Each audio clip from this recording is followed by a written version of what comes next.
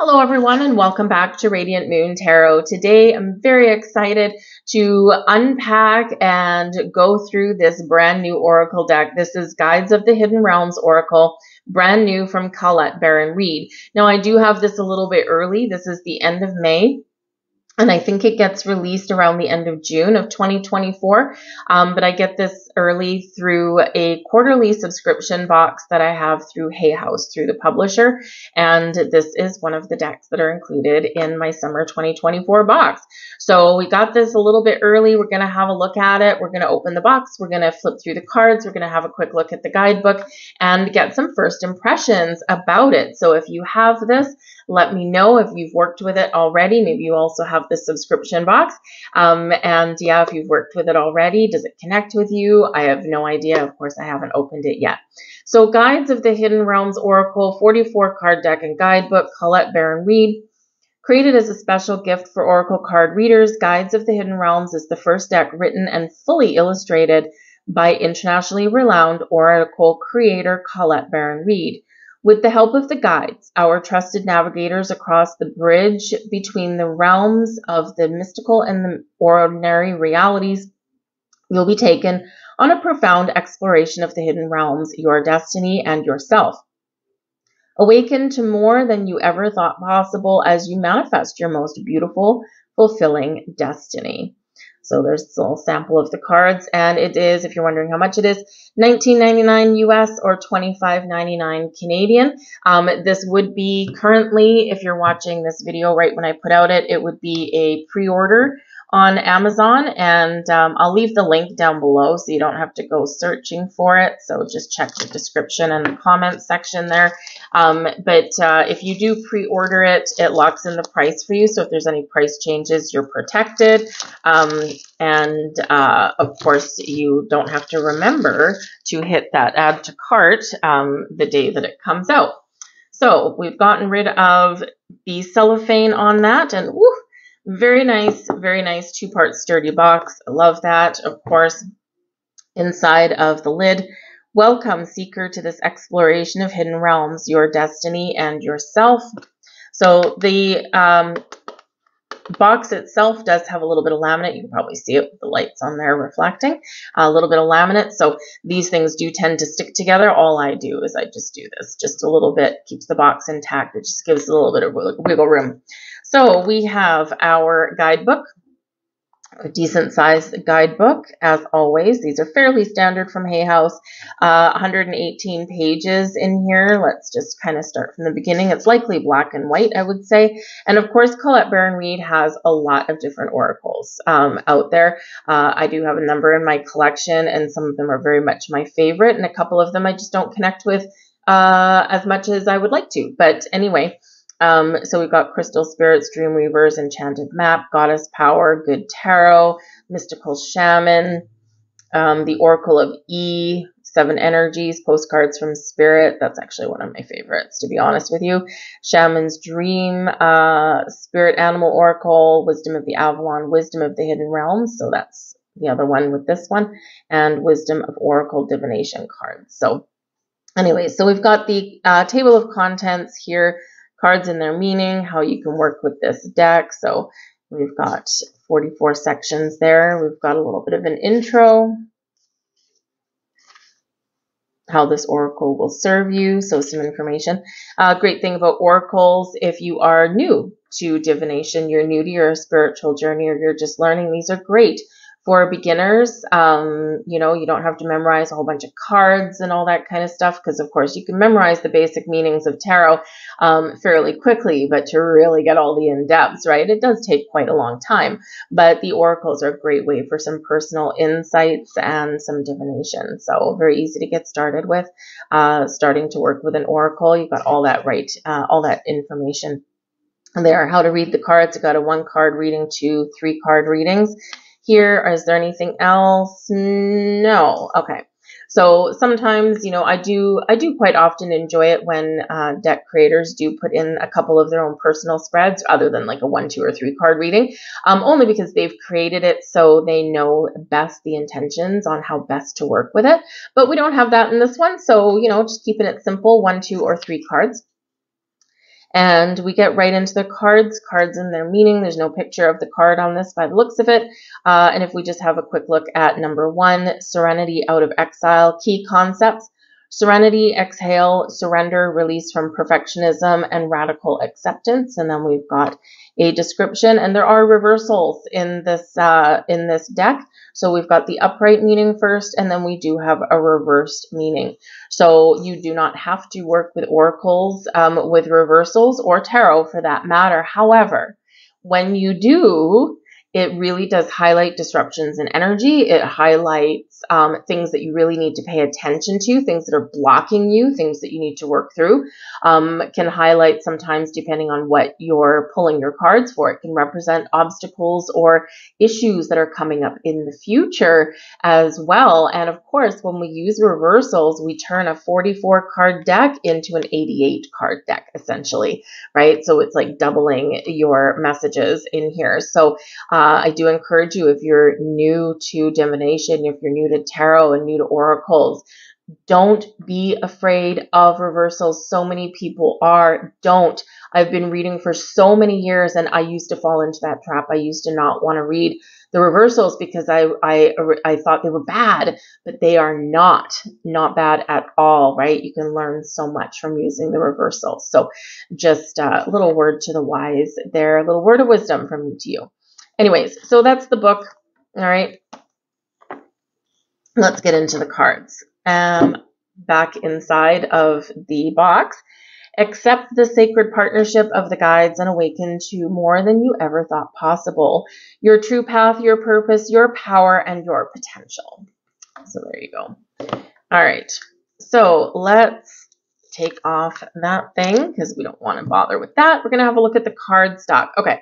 So number 1, right off the bat, I am glad that I don't have a flimsy cardboard one. A couple of the last decks that I've gotten, and you've probably heard me if you've seen a couple of the other unboxing videos, is that, this is about the same thickness as the last couple decks that I've gotten, but they've been like a matte finish with no laminate.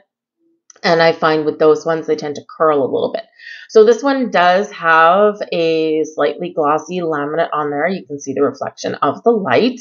And as for the cardstock, I can tell by feeling it, it is a little bit on the thin side, okay? But of course, cardstock is a very personal preference. So, but if I do this and if I kind of bend it around a little bit, it feels like it is going to be flexible enough for you to shuffle and for you to work with. It is slippery, of course, so very easy for you to shuffle.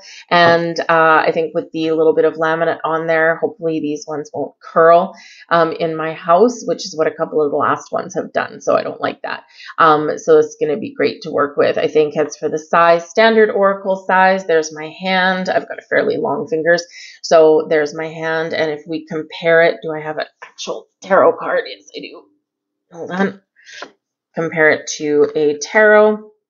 And there's the comparison. So you get a good idea of how big it is. So it's standard size oracle. So it's not going to be super hard. Of course, if you've got little tiny hands, right, and maybe shuffling this way doesn't work for you. Of course, riffle shuffling, this will nicely riffle shuffle, right? But I mean, I can do it, but I don't do that to my cards. So I never riffle shuffle. I don't want to bend them in the middle. But if you do have smaller hands, shuffle this way, turn it to the side, go like that, right? Very easy to do, and these will shuffle beautifully. So this is the back of the card.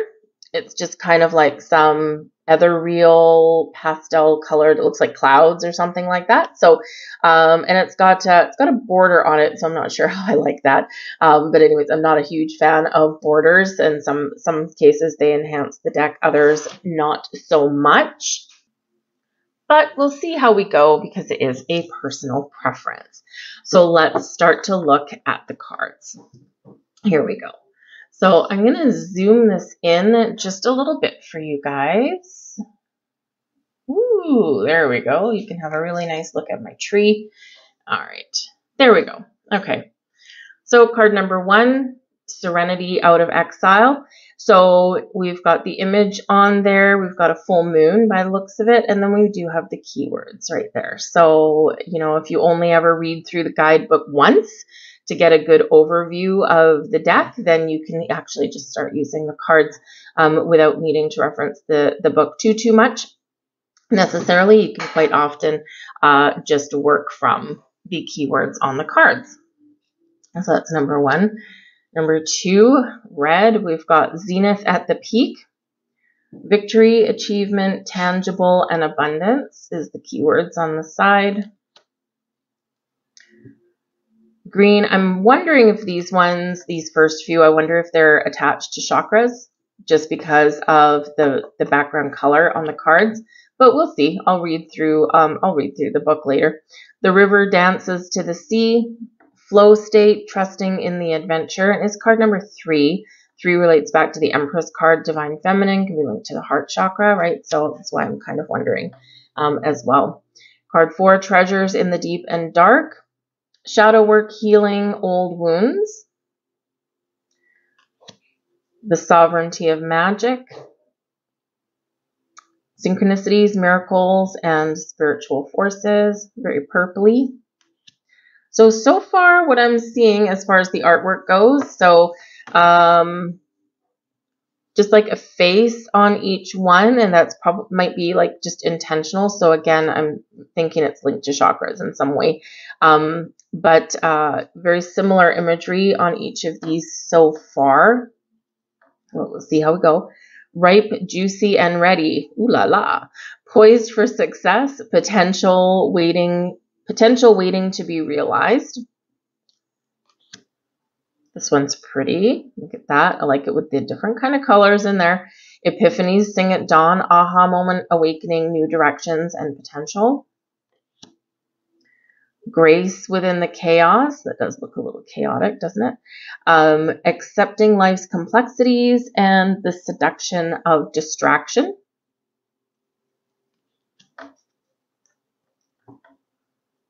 Holding space for love, non-judgment, discernment, and self-acceptance. Now we have eyes, okay? The eyes of mystery. Mystery, uncharted territory, and deep knowing. Another green one, another face. I wonder if they're all the same faces. Anyway, order in the forest. Cleansing, releasing resentments, making amends. Love and partnership is next. We've got 2 people on this card. If they're people, I'm not sure.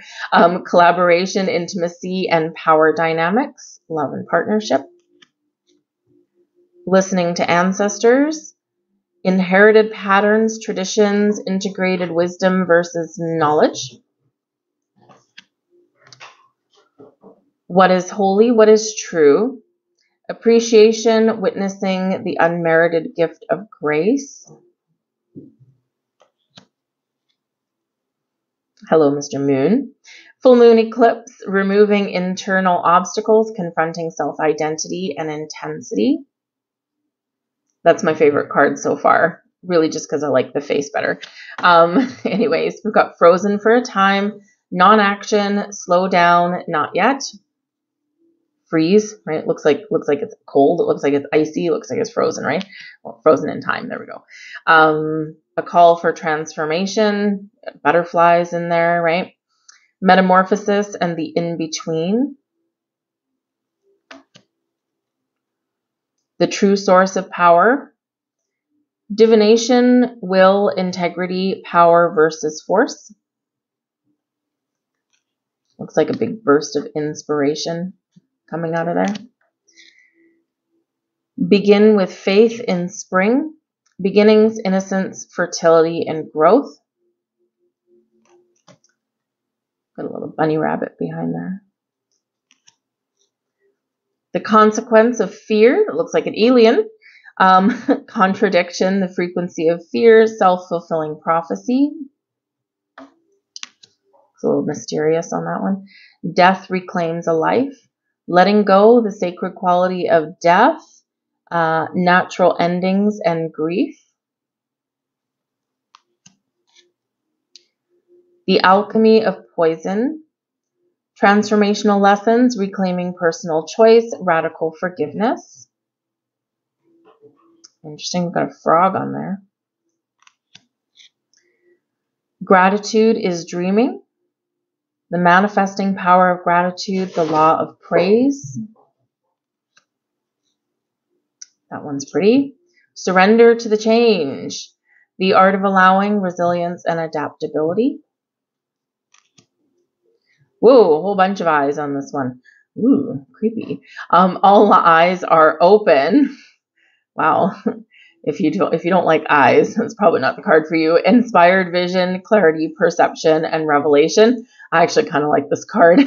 So, I don't know, maybe I have a thing with eyes. But it stands out because it's different than the faces, right? So far there's only been a couple that are different from the faces, which are starting to feel slightly repetitive at this time. But anyways, I like that one. The dream of co-creation, manifestation, divine partnership, frequency alignment. Every word has power. Education, power, persuasion, communication, and internal dialogue. All the time in the world, having enough time and time management. Oh, clock on there with an eye. We have a floating head. Ooh, look at that. Connection through the cosmos and community. Everything is connected, and the law of reciprocity. Enough for now and always. You are enough. Worthiness, faith in needs being met. I am sorry for that little noise in the background. I have 2 7-month-old kittens, and apparently they just got the zoomies. So I'm sorry if you hear a little bit of chaos in the background.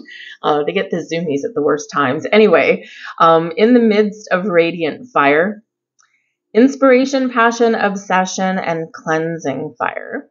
Guess which word is the reversal? There we go.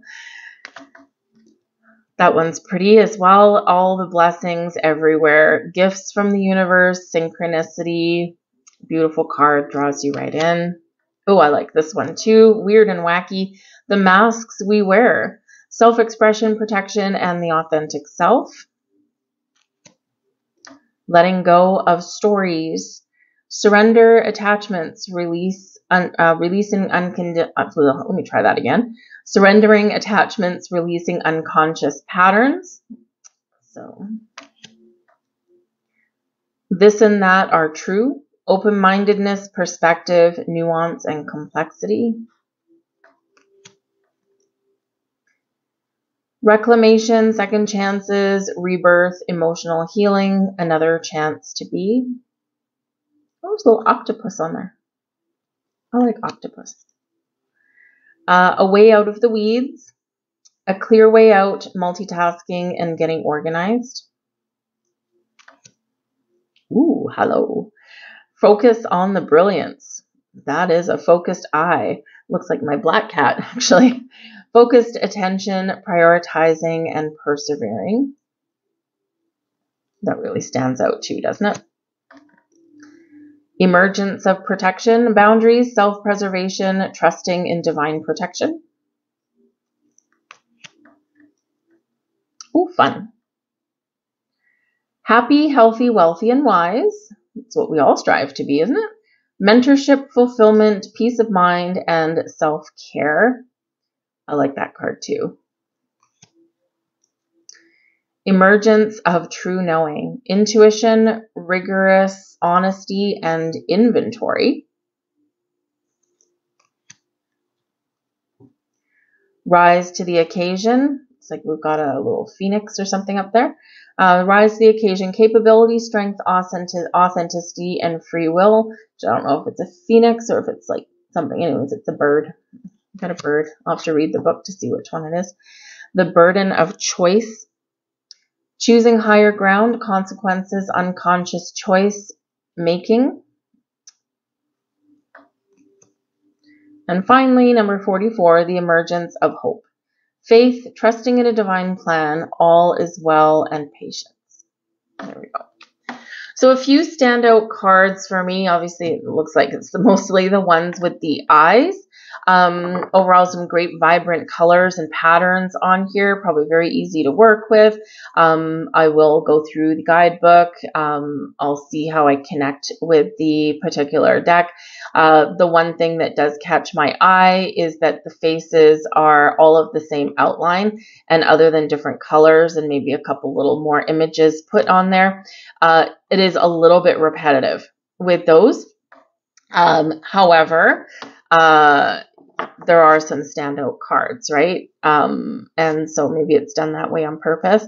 So I think I would have liked a little bit more variety with the main things. So you've got the eyes, right? The eyes really do stand out. Right? That one really stands out. That's why that one's on the cover of the deck. Yes, it is. It's on the cover of the box, right? So that's a standout card for me, right? You know, this one's right, stands right out, right? But it has a face, but again, it's a little bit different in the way that it's presented there. That one's totally weird and wacky. I actually kind of really like it. So it's really drawing me in, that one. You know, this one as well, right? So we've got, you know, just the kind of the eye. And, you know, so, you know, if I was to kind of have one little thing about some of that artwork is the ones that stand out, there's a reason that they stand out, right? Because they, you know, not only they're different from the rest of the cards, but they're a little bit more eye-catching or a little bit more, you know, kind of in tune. So, you know, this one, very nice as well. We still have the face, but it's kind of like blended in a little bit, right? So anyway, so yeah, so that would probably be like, you know, just my critique. There's another eye, right? So I'm liking the ones with the eyes, right? There we go. It's another one, right? But they're cool. They're fun, right? So I'd like to see, you know, this is the first deck that she's illustrated herself, right? So kudos to that, right? Because I mean, I'm not an artist, so you know, kudos for that and like putting herself out there, right? Because it's a little bit of departure from what normally happens with her decks, right? Because normally she, you know, does the divination of them and you know, puts together the messages and all that, and then works with an artist, right? And so this time she's her own artist. So kudos for that. And you know, it's certainly awesome, you know, especially for like the first time out. So I would have liked a little bit more variety, just with the faces do get a little bit repetitive. And so again, but those standout cards really do stand out because of it. So maybe there's a purpose to the passion there behind that. But anyways, but that is the guides of the hidden realms. I think I also would have liked a little bit more interesting back of the card. I am glad actually that the border that we see on the back of the card is not put on the front of the cards. I'm not a border lover, but some people like them. But anyways, so this is the guides of the hidden realms. What were your impressions of it? Let me know down below. Do you have this? Do you work with this already?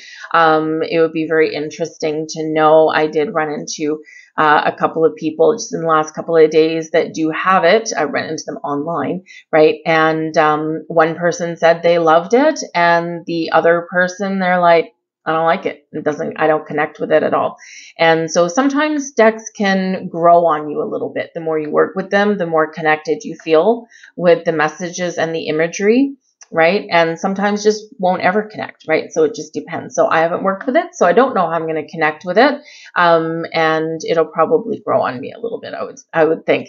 But again, some standout cards there.